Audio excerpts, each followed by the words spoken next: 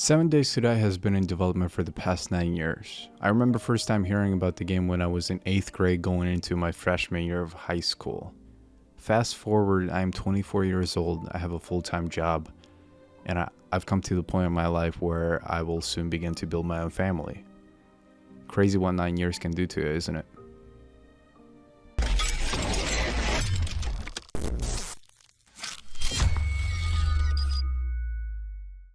The game that might have not had the best graphics out there with little to no information provided to us back in the day.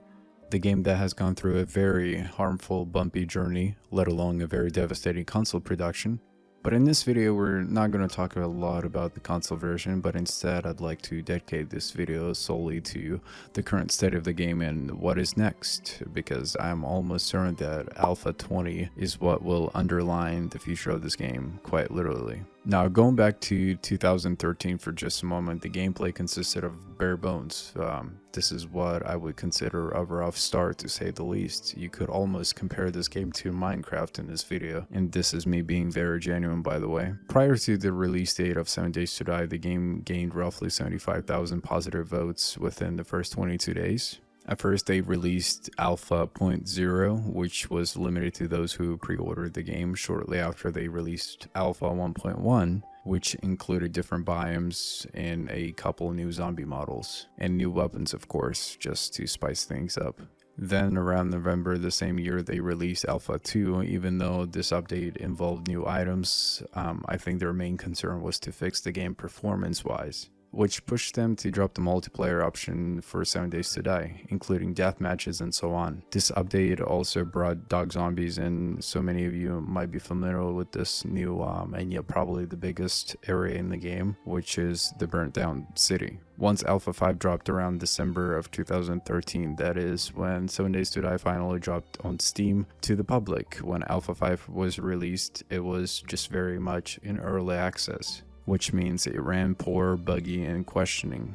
In 2014, Alpha 6 made its first appearance, and this was a major big update for 7 Days to Die. And this update consisted of completely reworked system. This is where you could finally craft things out of just different materials. Oh, and by the way, this is also where the snow biome came in play. With Alpha 7, you were able to claim your land and call your home. With Alpha 8 and 9, they just graphically improved the game and bug fixes. Alpha 10, you were introduced to the new character system and the creation. Alpha 11 was released in April of 2015, and that was simply having developers switch to Unity 5, which graphically improved the game as well. Alpha 20 introduced the mini bike, which helped players travel across the map time efficiently, and escaping from zombies was a whole lot easier. Alpha 13 temperature was edited, so going in the snow biome involved risks of getting too cold and dying, and desert biome had the risk of heat strokes. Alpha 14 included the new city called Perishton,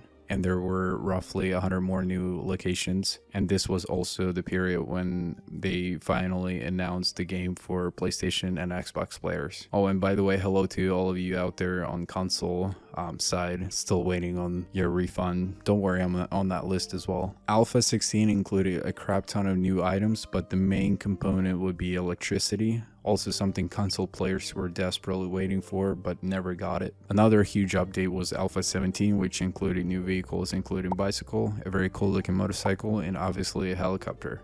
This update also introduced the new quest system as well. Alpha 18 optimized the changes that were made in Alpha 17, and they edited the new infection system. Alpha 19, they reworked the critical hit system. Breaking your legs will now slow you down. Broken weapons would impact your reloading time and accuracy, which would easily lead you to your death. Clearly everyone admired the idea behind this project, and most definitely because of the concept. 7 Days to Die was the true successor when it came to the idea of defending your base over a period of time and stressing the hell out during the process. Yeah, the development progress was very long and draining, but the end result was what gave everyone hope in this so-called ongoing project that never seemed to have an end. Ladies and gents, Alpha 20 made its first appearance and completely changed the game for the good. All of the little things that were breaking the game are back to being stable. The buildings themselves seem to be completely reworked, and what's even more cool about this update is that all these new locations were reworked by hand. Instead of letting computers generate places, the developers themselves decided to take control and do their little magic and get creative. Every place you visit or interact with in Alpha 20 has been touched by a developer to a certain extent. Now you have new Easter eggs, little secret locations. Now all of a sudden zombies fall from the ceiling or out of closets. The environment itself feels very lived in, makes you feel like there was actually somebody there before, historically wise. Now it's not to say that the game is 100% polished and doesn't kill my frame rate. It's still got those minor problems, but just like everything else out there. Alpha 20 was truly the very first update I played, and I was like, oh shit, I think we're actually coming close to the end of this long-awaited journey. And I'm not saying previous updates were unimportant. However, I will say that this game really starts to feel like a finished project, and we're getting so close to the end of it. And this hits home because I grew up on this game. Like many of you out there, I graduated high school and this game is still not finished. Now gone through college, have a full-time job, and this game is coming close to the end. Some of us quite literally grew up with this game. And just like most of us graduate and move forward in life to newer and better things, well, I think this is one of the stages they are going through right now. And you are the real OG because you've been there since day one, and you've impacted this game on so many levels you wouldn't even know. And just like everything else out there, a part of the journey is the end.